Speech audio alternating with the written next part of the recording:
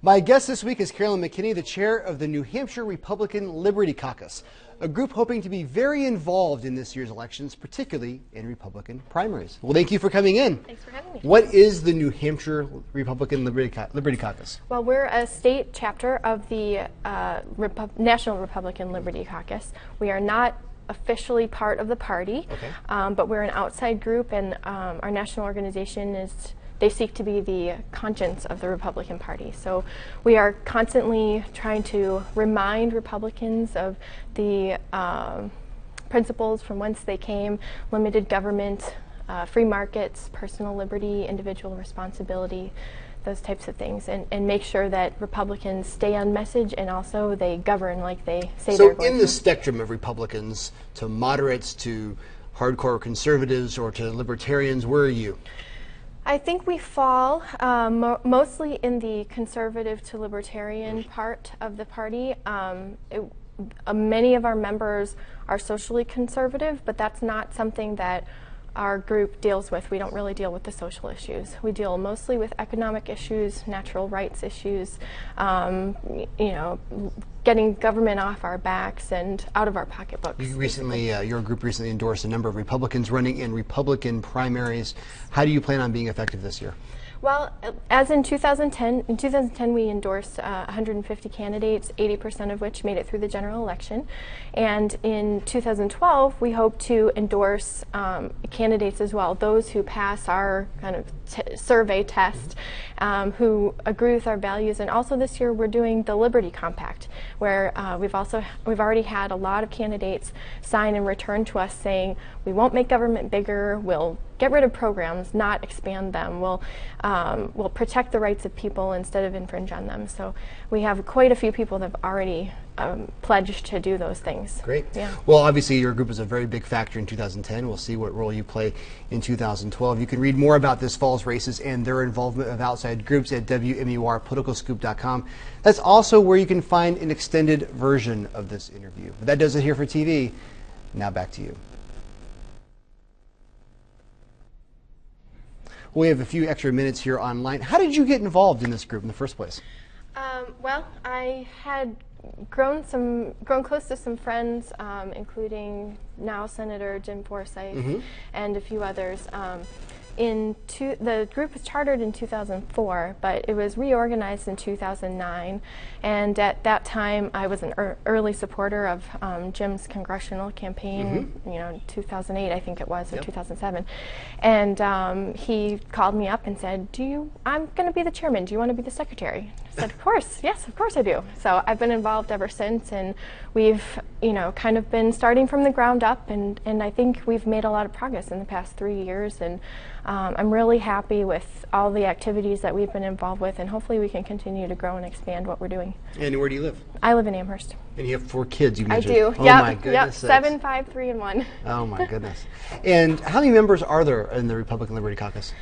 Well, we have probably a couple thousand, friends, supporters, members, people that follow what we're doing. Are you aligned with the Tea Party? Are you part of the Tea Party? How do you see the group? We are a member of the New Hampshire Tea Party Coalition, and so we are probably one of the more active members of the Tea Party Coalition, and we have a lot of Tea Party types that gravitate towards our group. So, and we recently, past few months, merged with the New Hampshire Republican Volunteer Coalition, which brought several thousand more members into our fold. Is it largely grassroots, or do you hope to raise a lot of money this time? No, we're largely grassroots. Of course, we would love to raise a lot of money because I didn't know where the focus was.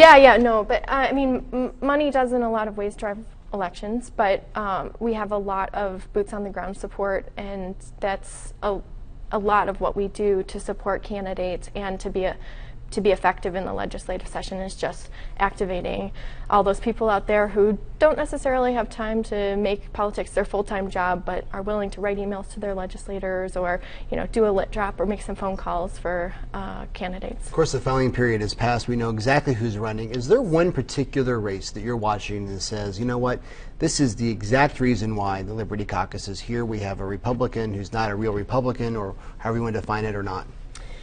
Well, I think that we haven't done our full analysis yet to see which candidates will be opposing and supporting. We did announce some support of some, and we'll continue announcing endorsements up through the primary. But one race that I'm really excited about is Josh Youssef, who's out of Laconia. Yep, it's a state senate race. He's state senate race, exactly. And he just, it went, you know, he's just one of our core people, I think. His answers on our survey were amazing. I've, you know, interacted with him a few times, and he's a real deal, and he just has so much energy, and I'm really excited to have him on board as a state senator. Well, that's an open seat, so that'd be an interesting race to watch. And is there one particular issue that you think that your group is going to try to drive in this year's elections? Yes. Actually, last week there was a Republican summit that was setting legislative priorities for next session, and the RLCNH put together a document that are our priorities for the legislative session. At the top of the list is right to work and some other labor issues, because we really feel that that would help solidify the New Hampshire advantage and really give that needed boost to our economy in, you know, compared to our neighbors in particular. And we know that right to work states are leaps and bounds better economically than a lot of other states. And also Obamacare, that's going to be a huge one. This past year, we were big pushers of HB 1297, which prohibits this, which actually became chaptered law and prohibits the state from setting up a state-based health exchange as required by Obamacare. But doesn't that, if you get rid of a state-based exchange, doesn't that go to the counter against your argument that the government's going to take over health care? It goes to Washington, right? Well, but Washington has the control anyway. The state-based exchange is really a ruse because all of the mandates are handed down from HHS. We have no additional local control, but we would be on the hook for the money, for paying for maintaining the exchange.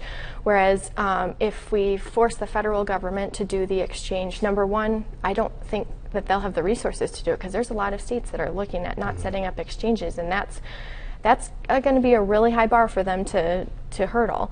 But also there's some little problems with the law that might force it, if there's enough states that don't comply, might force them to reopen, because for example, on the state-based exchanges there are subsidies, but on the federal exchanges there's no subsidies. And what's the likelihood you get involved in the governor's race? Probably not much at all.